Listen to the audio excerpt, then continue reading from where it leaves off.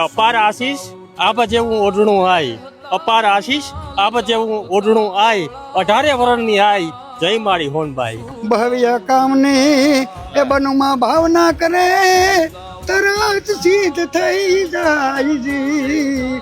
તો જોઈ શકો છો તમે કે કેવો અહીંયા ઉત્સાહ જોવા મળી રહ્યો છે. આ બાપાની છે એ વર્ષોથી આઈ સોનબાઈ માના સ્થાનક સાથે જોડાયેલા છે. બાકી તો બનુમાં એનો ખૂબ રિયેલો માણસ છે. એના હોનબાઈમાંના સારણો કવિઓ એમ કે હોનબાઈમાં અમારી નાચનો ઉપર એવડો ઋણ ચડાવ્યો તો અમારે હોનલના વર્ણન ન કરી.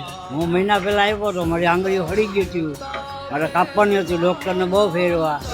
આમ અહીંયા આવ્યો પછી મારી આંગળી મટી ગયું.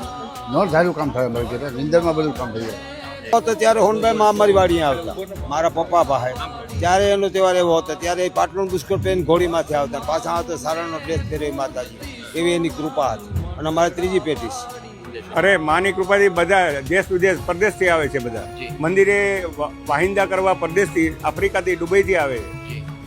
આ ગામ ઉજળું હોય તો આ સોનલ થકી એને વરદાન આપ્યું હતું કે હું ગમે ત્યારે જઈશ કે હઈશ ગામનું ગોકુળિયું બનાવીશ. ના થાતું આવે. દેવાજ પંડિતના આગમ હતા એવા જ હોનબાઈ માની વાણી છે બધી.